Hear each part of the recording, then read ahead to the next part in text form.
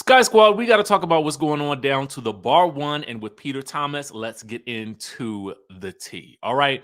So, our friends over at the Neighborhood Talk happened to post an exclusive that says Peter Thomas facing criminal charges for allegedly putting his hands around a female's throat at his restaurant, Bar One in Baltimore.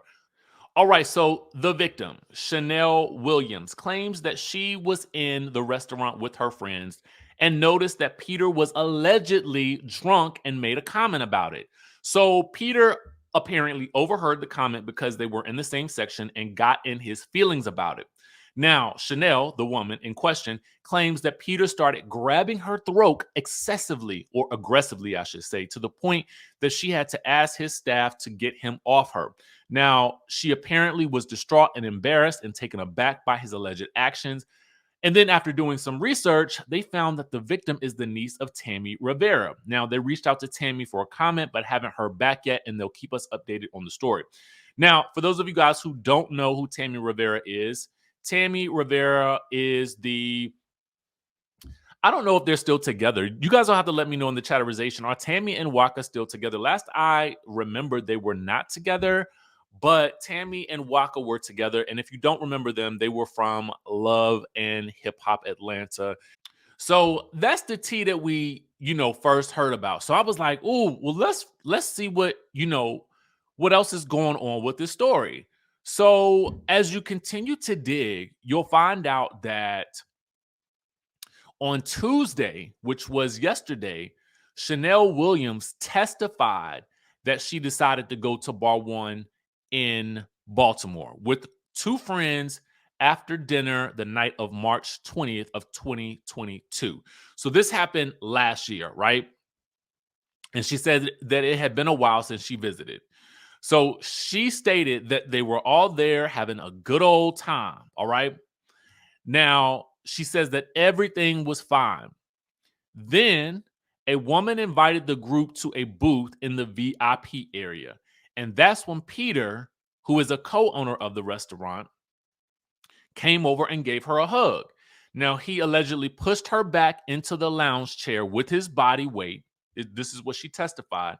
And then she figured that he had been drinking. So later, Peter allegedly came back to the booth. This is what she said, and started cursing her out for no apparent reason. She says that he then put a hand around her neck and squeezed for about 30 seconds. Now, again, this is all in her testimony.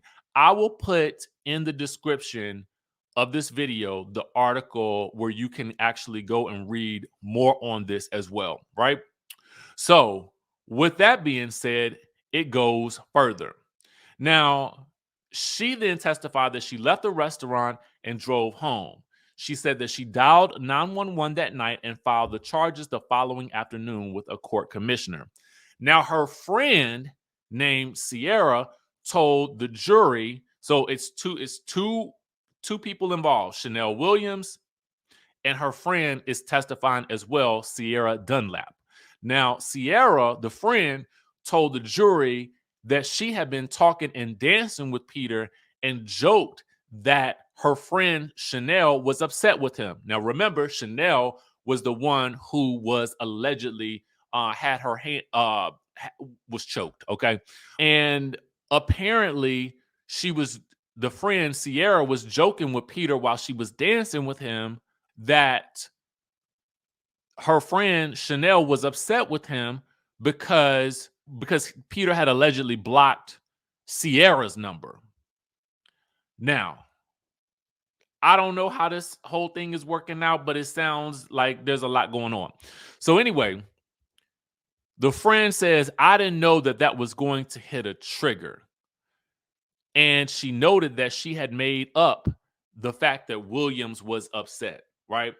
I don't know why the Chanel would be upset that Peter allegedly blocked the friend's number, but whatever. On cross-examination, Sierra, the friend, testified that she was talking to Peter and had went to dinner with him. They were intimate at one point in time, and she said that he also sent her $2,500. Now, in the closing argument, the assistant state's attorney told the jury to focus only on what happened that night in the restaurant with the alleged choking incident and not other information, including the details of any past relationships. And she says, ladies and gentlemen of the jury, this is an assault case, essentially. For Peter's part, the attorney is saying that he engaged in downright irresponsible behavior, conduct that amounted to second-degree assault for the choking.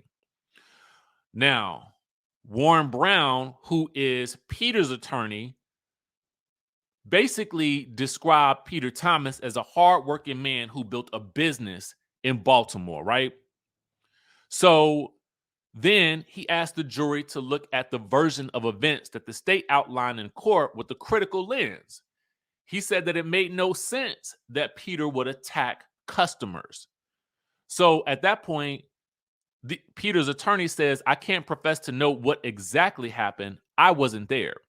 But the burden was on them to prove their case beyond a reasonable doubt. This is what he said in his closing. Now, a manager at Bar 1 testified that Chanel Williams, who was the alleged victim, got in Peter's face. Now, Peter, for his part, testified that he was at the restaurant the entire day, described his role as a promoter. He said he typically drinks 3 or 4 cocktails, but stated that he was not intoxicated. Initially, he said he didn't see the women walk into the restaurant, but later he said he went over to greet them. He says that Chanel Williams was different that night and asked him why he blocked her friend. He said that she was hysterical. This is what Peter is testifying. She was in my face. He said he did not put his hands around her neck, and he called those accusations ridiculous. Now, Peter testified that he eased her off of him, and she fell back into the chair, which is different from what she stated, that he pushed himself into her. Peter says that everybody has a camera nowadays on their phone. If these allegations were true, he said, I'd be on every blog if that happened. So there you have the story. Again, it is a very convoluted account. You guys can read it for yourself. I don't know. You guys let me know what you think down in the comment section down below. We will look out for more updates on this story. Hopefully our friends over at the Neighborhood Talk, if anything happens, we'll be able to check them out. You guys stay tapped in, tuned in, and turned on to the Neighborhood Talk for more information on the story because it is still developing. All right, so let's talk about the Lisa Rinna of it all and the Garcelle of it all. So as you guys may know, it's all over social media. Garcelle was on the Sherri Shepherd show yesterday, and she essentially was asked, about Lisa Rinna saying that, hey, now that she's gone, Garcelle and Sutton are going to have to work. And here is what Garcelle had to say. Rinna is saying that now that she's gone, she said you, Garcelle, are going to have to show up and work. Bitch, I've been showing up. Bloop!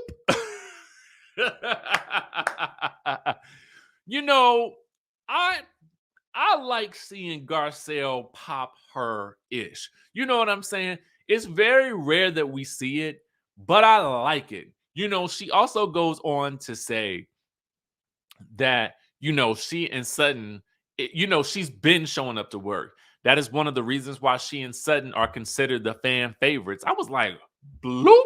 Now, the rest of them ladies going to have something to say about that. Okay. They're going to try to make her pay for that comment. I can see it coming a mile away. But hopefully, if Garcelle is bringing this type of energy into the new season of Beverly Hills, I am all the way here for it. And when asked about, how the show was going to be without her, Garcelle says, I'm good, period. We're going to have fun. I'm excited about the new season of Beverly Hills. I know we have months to go before we actually get anything with regards to that. So we'll just have to keep waiting and seeing how things pan out during filming, but I am super excited. Let me know if you are as well. With that being said, guys, I will catch you guys in the next video.